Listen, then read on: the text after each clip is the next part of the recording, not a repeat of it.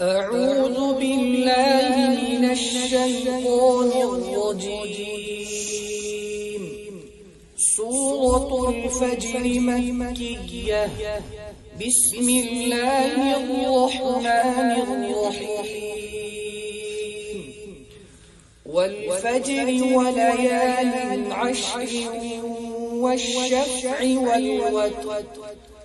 والليل إذا يسر هل في ذلك قسم لذي حجر ألم تر كيف فعل ربك بعاد إرم ذات العماد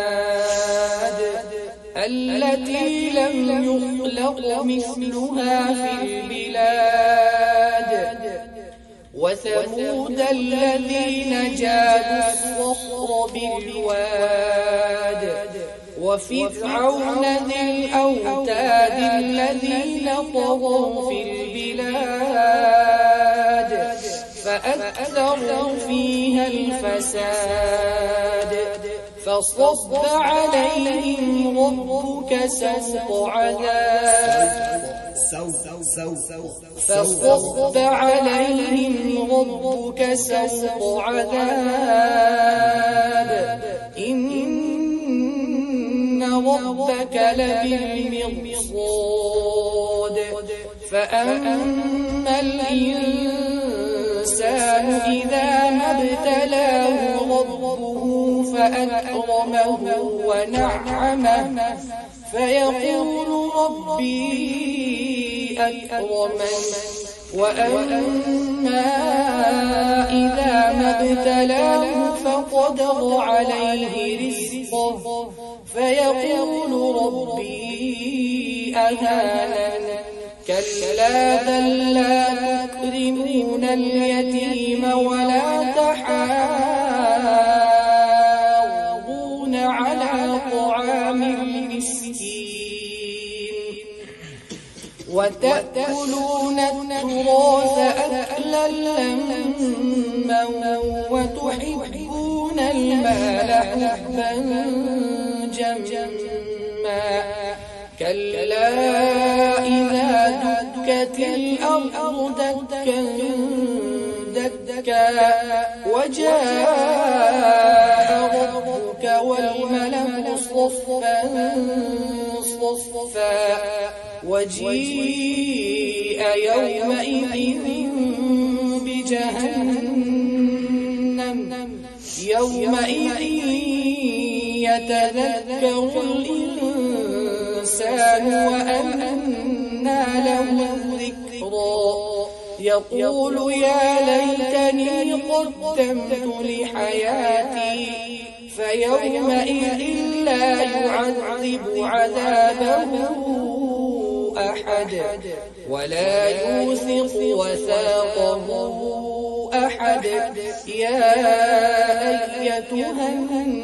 النفس المطمئنة ارجعي إلى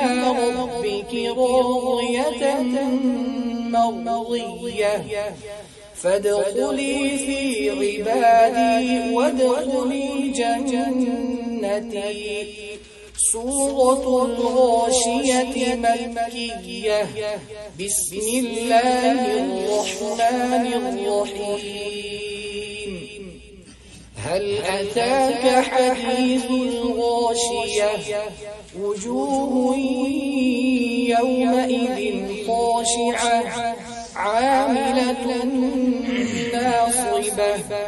تصلى نارا حامية تسقى من عين آنية تصلى نارا حامية تسقى من عين آنية ليس لهم طعام إلا من ضريع لا يسمن ولا يغني من جوع وجوه يومئذ ناعمة لسعيها راضية في جنة عالية لا تسمع فيها لاغية فيها عين جارية فيها سرر مرفوعة وأكواب موضوعة ونمارق مصفوفة وزرابي مبثوثة أفلا ينظرون إلى الإبل كيف خلقت وإلى السماء كيف رفعت وإلى الجبال كيف نصبت وإلى الأرض كيف سطحت فذكر إنما أنت مذكر لست عليهم بمسيطر إلا من تولى وكفر فيعذبه الله العذاب الأكبر إن إلينا إيابهم ثم إن علينا حسابهم